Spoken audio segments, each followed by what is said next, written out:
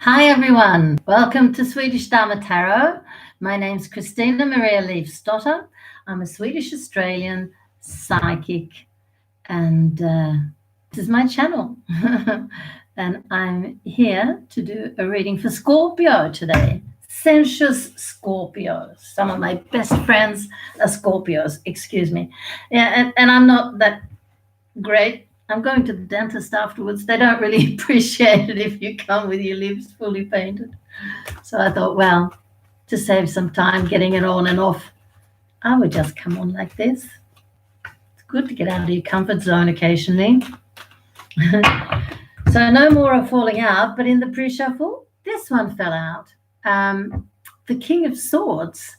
So that should be a man born in Libra, Aquarius, or Gemini, or somebody who has very strong influences of that in his birth chart.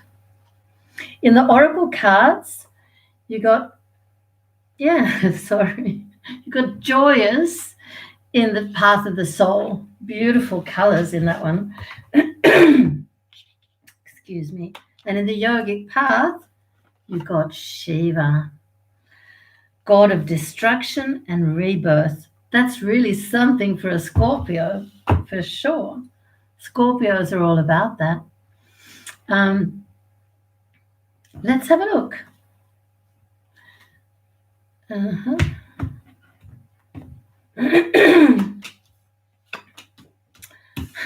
Six of Staves, a victory card, first card out.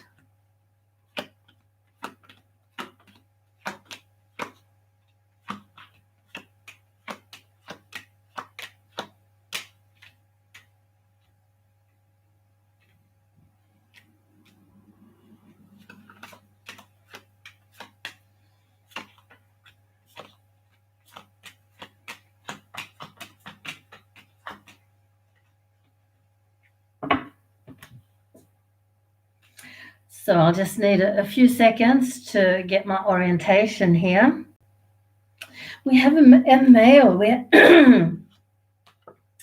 have a King of Cups, or a male Scorpio today.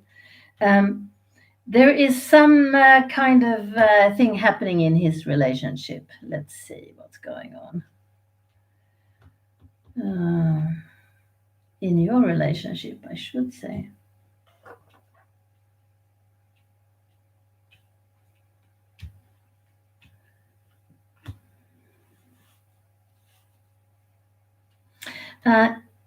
Yeah.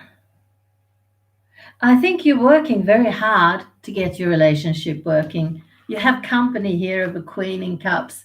So that tells me that you should be pretty compatible. But she is in the reverse, not really herself at the moment. And she too is feeling a bit unsure. Is this right? Is this not right any longer? Is it time to move on? The cards say that you're not all that compatible.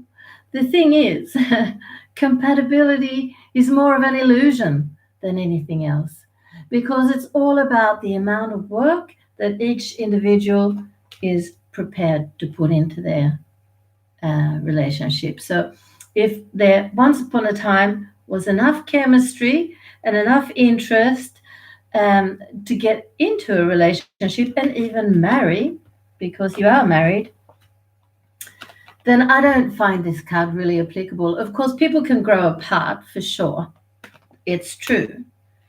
But I don't think it's that. I think it's in this case that both people have to do half of the work. It's important. One person can't pull a whole relationship, regardless of if it's the woman or the man. But in any case, I think this is you. And I think it's an aspect of you that maybe you need to work on. The King of Swords, he's wonderful. He's charming. He's great fun to be with, but also fiercely independent. And independence is good for sure. There's nothing wrong with independence. But when the independence is, the demand for independence is so great that it impacts the relationship in a negative way, it's time to rethink it. The same thing too, that with being a Scorpio, you're very sensitive, you're very passionate, and you're very spiritual. Sometimes, though, with this in your chart, you might find it difficult to access your feelings. So that's what I would like to advise you to do. Feel, get into your feelings.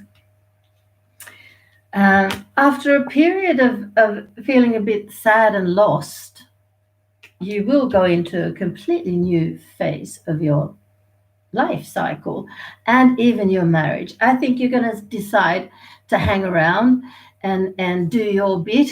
And after discussing with your wife and getting her to agree that she too will do her part, you will get a new start, a recharge, recharge batteries in the relationship. And that's going to be good. I wonder if you are both company owners.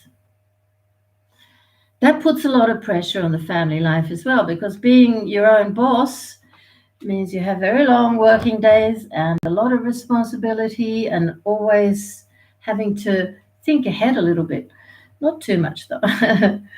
um, yeah, because it's not good to be too much in the future. Then you're going to get August. August. That's Swedish for anxiety. Sorry. Yeah.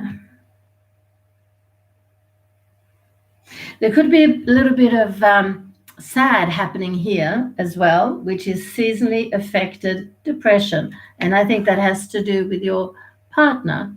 So many of us, I'm included, we get really down in the dumps when it's winter time. Yeah, it's just a part of life. So that's the time to go inward and live the life of a hermit and take very good care of yourself. And yeah, do things that you can do on your own, because that's really what this period is all about. It's about being a recluse in quite a large extent. But spring is on its way, so fear not. This is going to be fine, Scorpio, just fine. And you're sensitive enough to understand your sensitive woman, which is really nice to see. Let's have a look at the oracle cards. So in the path of the soul, you had joyous. Now that is a good sign. Would you agree? The colors of pink and green signify the opening of the heart chakra to deeper and more profound joy. Embrace this shift occurring within you. As you do, allow for that childlike wonder and amazement to fill every part of your being. You deserve to feel the bliss and happiness. You've done the work. You've made the effort. Now it's time to simply enjoy all that life has to offer. Terrific news there. And in the yogic path, you got Shiva, god of destruction and rebirth. You're truly on a yogic path. Shiva is referred to as Adyogi, the first yogi ever. He attained enlightenment and abandoned himself in an ecstatic dance atop the Himalayas. When his ecstasy went beyond movement, he became utterly still. People couldn't understand his switch between ecstatic movement and stillness and thought him mad. However, seven students wanted to learn how he was moving past physical limitations. This is how he began teaching yoga. Shiva planted the seed of yoga into the human mind. Pulling Shiva represents moving past the limitations from society, body, mind, or ego. It represents doing the inner work to evolve. It is also a call to service, to teach others your wisdom so they too can become liberated. So fine. If you'd like to have a private reading with me, totally doable. It'll set you back $30, €30, £30, or 300 Swedish krona. And when we talk, we'll have a talk on FaceTime probably, or Messenger rather, so that we can see each other. And You can ask questions about your love life for sure, about your economy, about your business if you have one, um, previous lives, and your guides. These are really interesting questions, I find.